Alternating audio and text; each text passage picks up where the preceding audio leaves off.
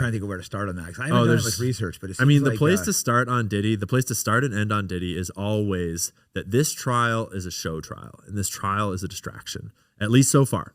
Because the thing that we all want to know about Diddy is that Lil Rod in his lawsuit alleged that all of Diddy's residences were wired up with cameras secretly recording every fucking person there. Lil Rod specifically alleged in that lawsuit that Diddy had private secret recordings of music executives and of politicians and of celebrities, right?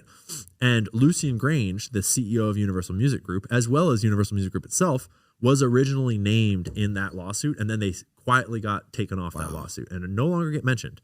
And so then this trial right now is all about the freak-offs and the Cassie stuff. It's not about the low level stuff. Yeah, low hanging fruit. It's to the point where I suspect, I wonder, I guess, if this whole thing wasn't planned, minus Lil Rod. And what I mean by that is that Diddy was getting way too loud. He was causing way too much trouble. He was way too flagrant and had way too hot of a head.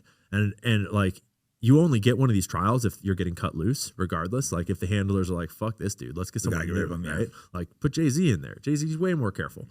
And I wonder, I mean, there's no concrete evidence of this, but I wonder if the Cassie lawsuit wasn't the plan. Cassie's lawsuit comes out and then they like get that and use that other allegation, other lawsuits come out. Not Lil Rod, fuck that dude. And then they have this big trial. They bring him down for all the stuff in the Cassie lawsuit. But Lil Rod's lawsuit is this whole other deal. And it almost feels like it came out of nowhere because it dropped with all this evidence, like they named the dude that was in charge of the security cameras. They name his tech guy that has all the blackmail. Wow. They name his head of security that was like the head of security for Diddy's operation should be one of the first dudes on the stand in this whole trial. What happened to him? Just disappeared? I suspect he will come up. I've actually heard some funny, he might come up actually here. But what I'm saying is that the whole Lil Rod lawsuit is getting fucking ignored real hard. Even though there's a lot of stuff in there, like clearly there's screenshots from videos, there's photos, there's names, there's a lot there.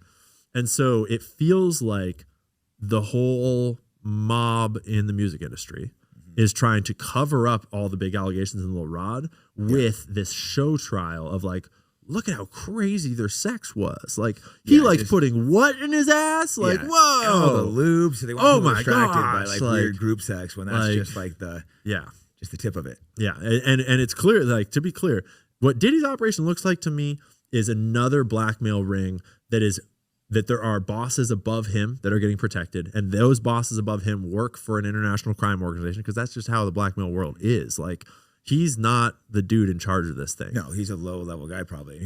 And he was groomed into his position, clearly, by Clive Davis, right? Andre Harrell, Lucian Grange nowadays. But I believe they're all of the same... and Clive Davis has clearly got mob ties. He was deeply involved in the payola scandals.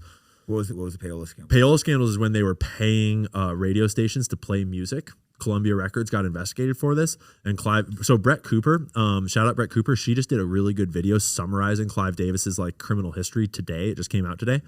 So if you go to Brett Cooper's channel right now, it'll be recent history.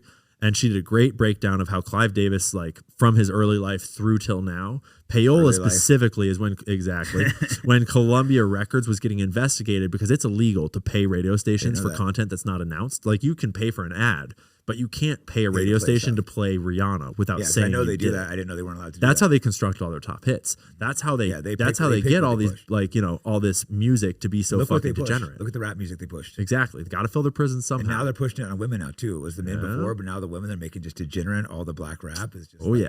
Yeah. And I mean, they got to fill their prisons. They got to fill up their OnlyFans. They got to fucking destroy our culture. They probably run the private prisons.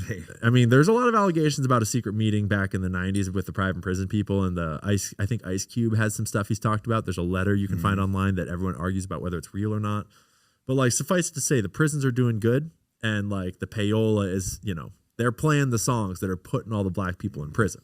And Clive was investigated for payola. And then he stepped down from his position at Columbia Records right when they started getting investigated, and they just like rode off into the sunset. Yeah, this guy Io Kamathi, a Black National song, it was so interesting. YouTube took it down, but he was talking about the music industry, how they're the one coming in being like, oh, start calling yourself an N-word, start doing this, they were pushed to do it. Money, drugs. Like, he's like, that's like, I kind of stopped, I said the word around, I'm not paying attention. He's like, oh, I really don't like that word. And he wasn't like, I really respect his opinion though. He's just like, we're sitting there calling ourselves that. And it just, like, No other race does that. It's kind of Like, weird. You know, you have a good point. I Kind of won't use weird. that word. So you want a really dark fucking rabbit hole? Look up the Opium Collective. This is the new thing in black rap, and it's fucking taken the young ones by storm. And I got onto it when I was looking at the Justin Bieber story, because he was hanging out with this weird dude, this like super emo goth, like fucking spiky haired dude called Burberry Airy, who is like the brains behind the style of fashion and like image of this Opium Collective, which is a collective of artists. And they actually collaborated with Kanye West on Donda, I think it is. And there's this whole